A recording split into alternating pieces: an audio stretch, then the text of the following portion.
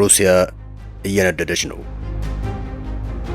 ከዩክሬን አስደንጋጭ ጥቃት ጀርባ ሩሲያ የማታ ማታ በዩክሬን ድሮን እየነደደች ይገኛል። ዩክሬን ያልታሰበ ኃይልና ብርታት እንዴት አገኘች? የበርካቶች ጥያቄ ሆኖ ሲነሳ በአሁኑ ሰዓት ሩሲያ ድንገተኛ የድሮን ጥቃት አስቸግሯታል። በሩሲያ መሰረተ ልማት ላይም ከፍተኛ ውድመት እየደረሰ ይገኛል። ለመሆኑ እንዴት ይህ ሊሆን ቻለ? የበርካቶች ጥያቄ ነው።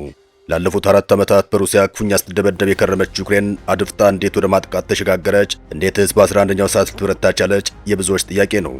ነገር ግን ዋናው ቁልፍ ነገር ዩክሬን በድብቅ በኔቶ እገዛ በአውሮፓውያን ትብብር ከባባድ የጦር መሳሪያዎችን አምርታ በመገኘቷ ምክንያት እንደሆነ ይነገራል። ዩክሬን በ4 ዓመት ውስጥ በድብቅ የጦር መሳሪያ ወደ ማምረት እንድትሸጋገር አውሮፓውያን እያገዙ ይገኛል። በአንድ ወገን እየተዋጋች፣ በሌላ ወገን ደግሞ ዩክሬን ጦር መሳሪያ ታመርት ነበር የተባለው። የሩሲያ ታሪካዊ ከተማ ፒተርስበርግም አሁን በዩክሬን ድሮኖች እየነደደች ይገኛል።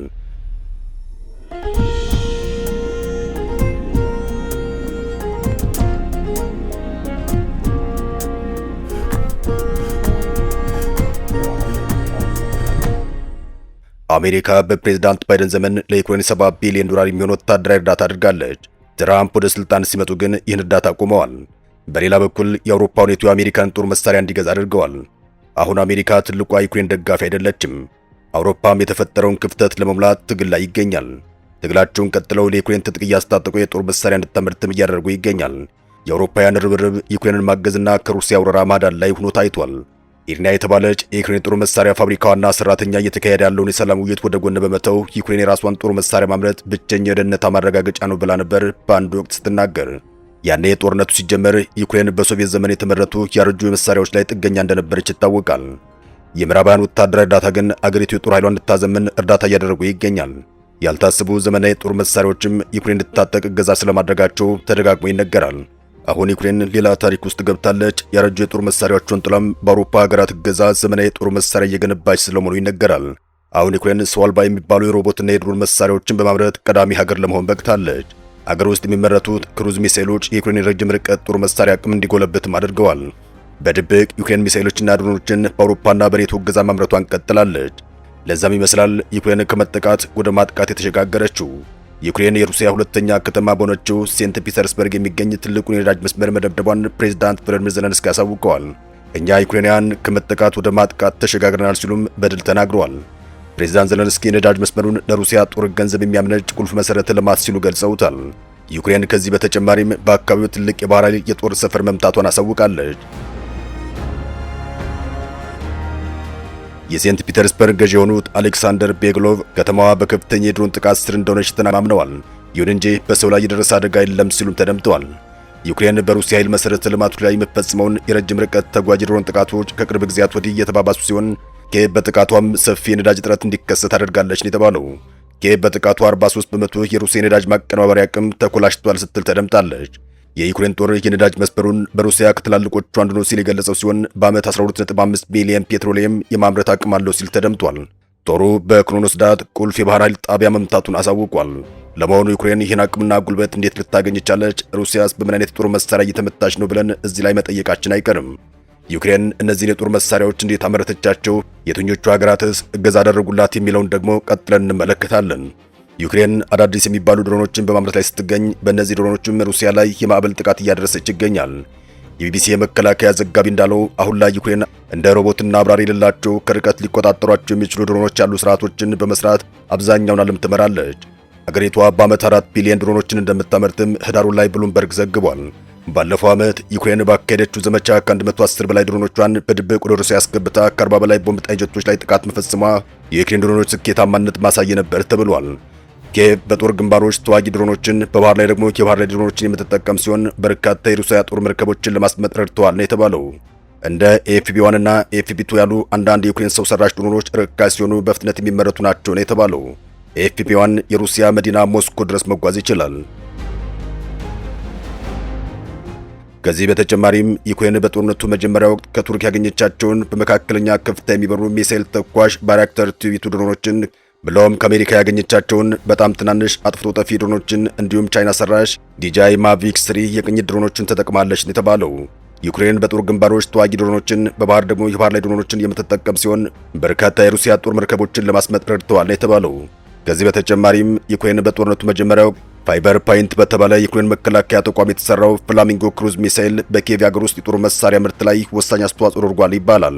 ቢቢሲ በአንድ ወቅት በሰራው ዘገባ ላይ ሚሳኤሉ ወሳኙን ኢላማዎችን ለመምታት የሚያስችል የጦር መሳሪያ እንደሆነም በዘገባው ላይ ገልጿል።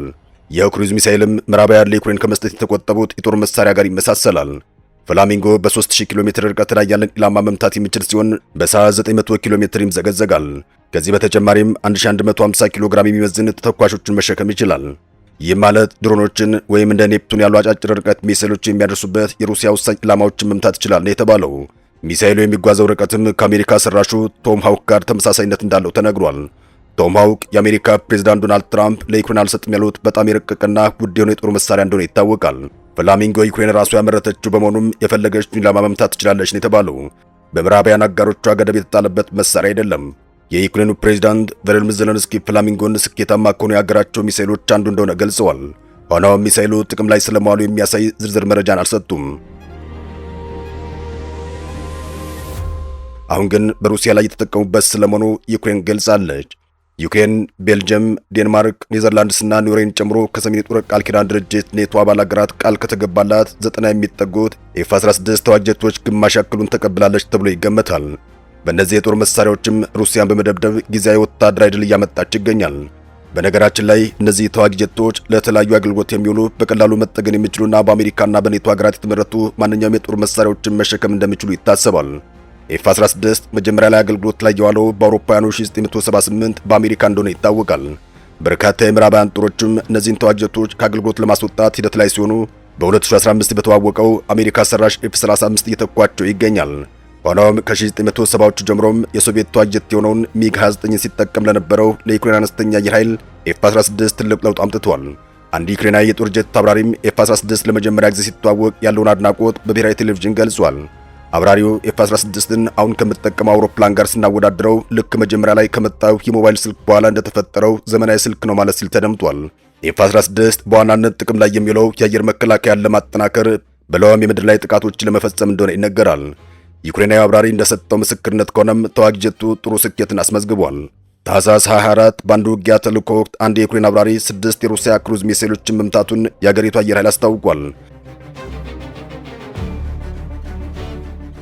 እንዲህ አይነት የአየር ጥቃት መከላከያ ተልዕኮዎችን ለመፈጸም ኤፍ-16 ተዋጊ ጀቶች ለዩክሬን ወሳኝ ሚና አላቸው።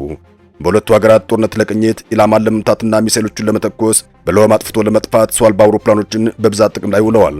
ሩሲያም 4 ዓመታት ሙሉ ከዩክሬንና ከአውሮፓ ሀገራት ብሎም ከአሜሪካ ጋር እየተዋጋች ነው ማለት ይቻላል። ሩሲያ ብቻዋን ኔቶን እየተፋለመች እንደሆነ ግልጽ ነው።